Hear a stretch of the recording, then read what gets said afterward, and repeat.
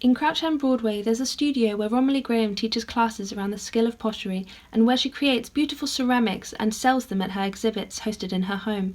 I went down to the studio to find out more about this creative gem hidden right under Crouch End's nose.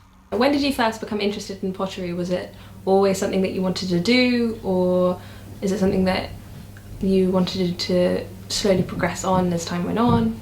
I tried to remember what I really liked doing, and what I had done in my baccalaureate as one of my subjects was pottery. And it was something I was very good at without even knowing that I would be. It was something that I enjoyed getting better at. I went down every lunchtime to my pottery and just hung out there. As well as pottery being part of your career, do you also use it as a therapeutic pastime? I was actually saying to my technician earlier, who's really stressed, and she said to me, what do you do when you're stressed? And I said, well, I go on the wheel. Because for me it's a very centering thing, because I know it so well now. It's like going for a swim for some people, or going for a run, or dancing, or something where you lose yourself. So yes, for me I do use it as a sort of therapeutic. What inspires you as an artist? So whilst I am a potter and I make and I sell, I've been teaching for nearly 25 years now. So, my inspiration in what I make personally, or it could come from anywhere. The arts and craft movement was something that I always valued, and with the ethos of it, which was William Morris, and all of that.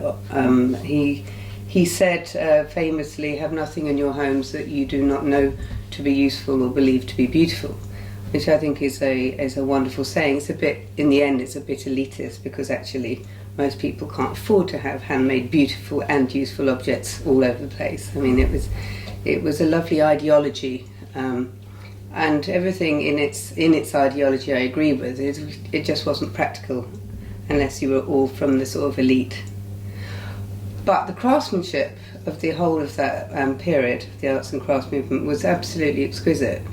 And if you think of, it was all around the time of the Pre-Raphaelites, and William Morris himself was a polymath, which means he could do and make everything, really. He was an extraordinary, talented socialist man, and I don't know, I suppose that was a big influence, looking at all of the art of that period. Not so much, funny enough, the ceramics. It wasn't as wonderful as it is now, but particularly the jewellery and the furniture, but the care and the love that went into making things.